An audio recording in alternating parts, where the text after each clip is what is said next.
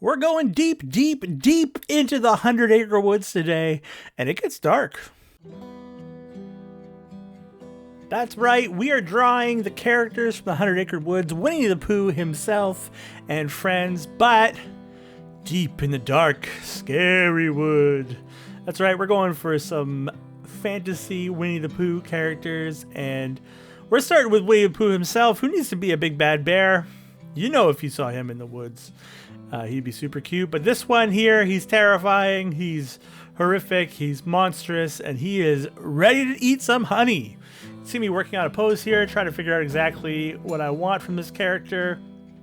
It's a lot of fun to draw these remakes of characters to try to decide what kind of vibes we want to go for. Speaking of vibes, my name is Patrick. I like to draw pictures on the internet and have a lot of fun doing it. I think fun with art is what life is all about, or at least what art is all about. And if you like that, like this video and similar things to it, you'd probably like this channel. So give me a subscribe and a like and all those things. For now, we're getting back to our Winnie the Pooh here, who you can see we're getting some line art in here. I really like the way this character turned out. There's something about the deep sagged forehead and the lazy jaw that really captured something of the blasé-faire kind of life of Winnie the Pooh, but with some more horrific elements, since he is a big natural bear.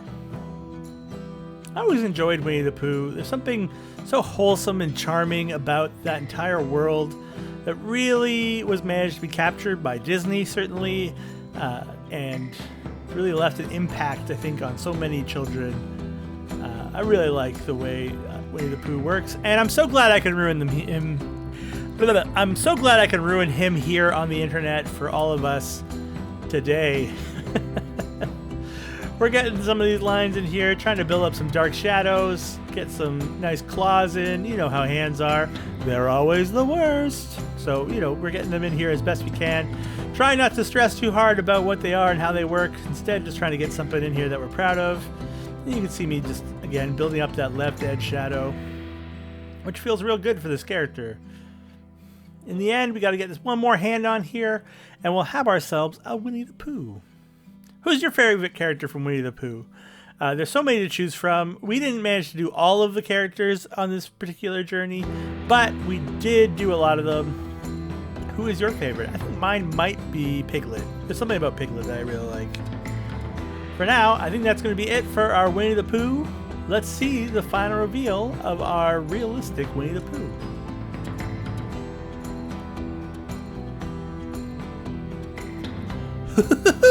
The wonderful thing about Tiggers is Tiggers have seen too much. At least that's the vibe I went for on our realistic Tigger. There's something about the insanity of the character of Tigger that I thought would work for a insane looking version of this tiger. It takes me a while to land on the face, because again, we're going for some level of realism. It's not like perfect realism, but like some level of realistic, more serious, more sinister, and so we get closer and closer to that as we sketch through. As always, I like to say that sketches are the best time to just be messing around, having fun, trying things out, because none of it matters, right? Line art will be where we fix the problems, where we solidify the ideas. For now, we get to just enjoy making stuff. With that, we have, I think, the head that we're going to go for. Now we're going to move into this body, which I think ends up being this really just sort of lanky pose. It's going to be quite fun to see how it turns out. Something about the music of Disney that always sort of lingers in my mind. Like, I can sort of remember the words to the Tigger song, even though I don't think I listened to it that many times in a row. It's just some really well-crafted music. What is your favorite Disney song? I like the song Out There from Hunchback of Notre Dame. That's one of the ones that stands out in my brain a lot. Just something about it really spoke to me when that movie came out. And I was a young, awkward teenager trying to figure out what it meant to be me. I really also love the music of Moana. I think it captures the essence and the ideas, particularly around the Polynesian culture and navigation, that really makes for exciting, interesting work. But yeah, what's your favorite song from Disney? And yeah, let me know why down in the comments below. Getting further and farther here in our Tigger. I know that as I was working, I was really trying to think about, okay, how do we want to get these like stripes in here? Are they going to be all black? What are they going to look like? It's this weird thing when we're trying to do sort of realism where we don't want to go too hard on the realistic path. We also don't want to go too far down the cartoony path, right? We want to maintain the sort of horrific wonder of it. And so the balance is always a bit tricky, but I think it really works out in this set. It gets a real Tim Burton vibe to the whole by the time we're done, and I think that's a nice place to land in the sort of pseudo-horror, fun, enjoyable creepiness that Tim Burton is such a master of. For now, we're going to get all the dark parts of these stripes in here, and it'll be time to see the final reveal of our Tigger.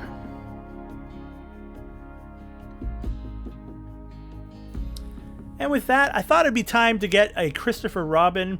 Now, in our version, Christopher Robin is not maybe as stable as the original. They are certainly creepy child. And I wanted to have this pose where they were sort of at the front of this group as a small, precocious little scamp who maybe is not so nice, but maybe a little bit evil. And so you can see me here trying to get that, you know, Dennis the Menace turned even worse kind of vibe. And I think it sort of works out. You can see me trying to sort of position them to scale.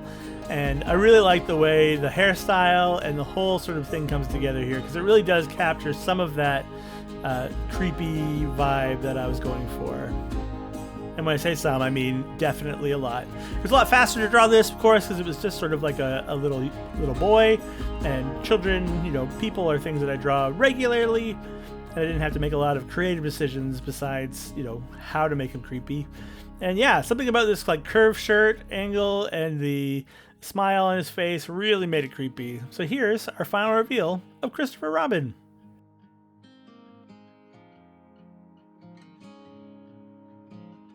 And with that, it was time to go to Eeyore, everybody's favorite sad character.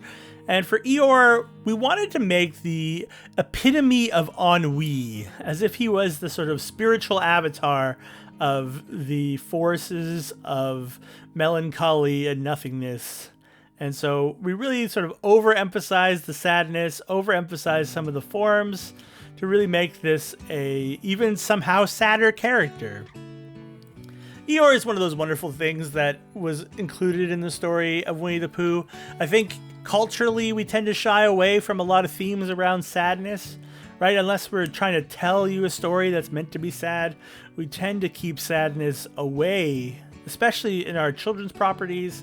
And lo and behold, here we get our Eeyore, and they have, you know, a great sadness to them that doesn't exclude them, doesn't really put them off kilter. It just means that they are their own thing, and they're generally welcome for who they are, which I think is really beautiful.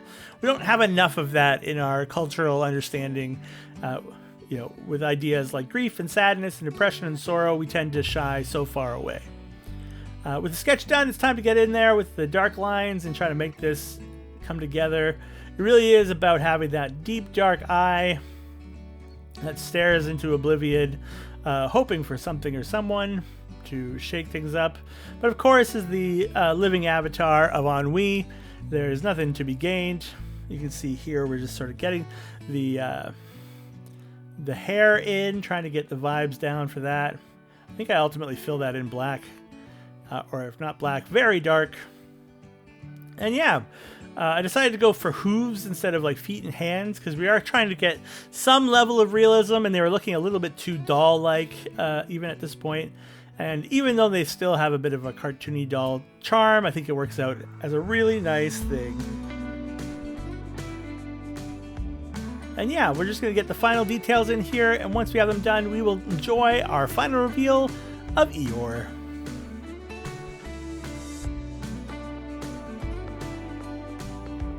Up next, we have Piglet, which of course is going to be a wonderful little pig man, but as we try to make them darker and more mysterious and more creepy, they do take on a real energy. I don't know if you saw the movie The Muppets that was released like, I don't know, a decade ago or so. The one with like Jason, what's his name? Oh well, can't remember his name. But in it, there's a character who plays for the Muppets, and it's someone who looks very much like Fozzie Bear, or Miss Piggy, but they're a pig or something like that. And this sort of has Muppet energy, anyways, is all I'm trying to say. So we spent most of the time we were drawing this, trying to come up with a weird voice for this character, where it's like, "Hey, I'm Piglet, leave me alone. I'm on my smoke break." It feels like the kind of energy that this character brings. They're not necessarily evil per se, they're just really rough around the edges and not really appropriate for the child-based industry that is Winnie the Pooh. So yeah, I think Piglet ends up being my favorite one of this set of characters, just because there's so much charm in the face and in the sort of proportions we gave this character that really makes me smile. I hope it makes you smile too. What else should I ruin by making them more realistic and dark? We've ruined this lovely set of characters from Winnie the Pooh today. We're also going to do more in the future, and so I'd love to hear your suggestions. If you have any other ideas for things to ruin by making them more realistic or dark, let me know. It's super fun to do, and I hope you enjoy it too. Here's Piglet. And last but not least, we wanted to have a sort of arcane horror bird in owl. And so I started by drawing a very menacing owl shape. But then I thought, you know what? This owl needs to be even more creepy. And the only way to do that is to make it a super tall bird. So you can see here, once I get the face and everything together and decide on the general proportions, that we go not just owl, but owl with real long legs that sort of looms over all the figures of the story. It reminds me a little bit of the owl from The Secret of NIMH. Have you ever seen that movie? I know it's a comic or a book first, but I only ever saw the movie when I was a kid. And there's an owl in that that's creepy and weird. And this sort of has that kind of owl energy. And so yeah, our long bird comes together. We take our inking out and get started on our character here. And I'm pretty happy with how they ultimately turn out. They do carry a fair amount of creepiness, which makes me smile.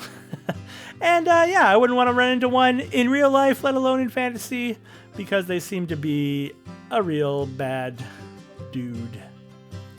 I always find drawing feathers and fur to be a little bit complicated in my style. I don't exactly have a good shorthand beyond sort of spiky lines to get there. It's something I need to work on as an artist, but for now it certainly conveys enough of what I wanted to get me across the finish line. And sometimes in art, that's what you got to do, right? It's more about finishing than it is about perfection. And the same is true of our owl here as they get together. I really like how they turned out. There's obviously things that I can improve on, but part of art is learning and trying and doing and then thinking about what comes next. And so yeah, this is going to be our owl, and let's check out the final reveal of our dear sweet owl.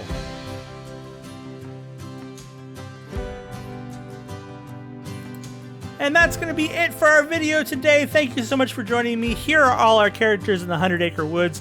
Deep, deep, deep in the 100 Acre Woods. They are creepy and weird and wonderful and lovely. I'm really proud of them. I hope you enjoyed watching this video. Like I said earlier, if you have ideas for future challenges like this, or similar challenges, or any ideas at all, feel free to throw them down in the comments.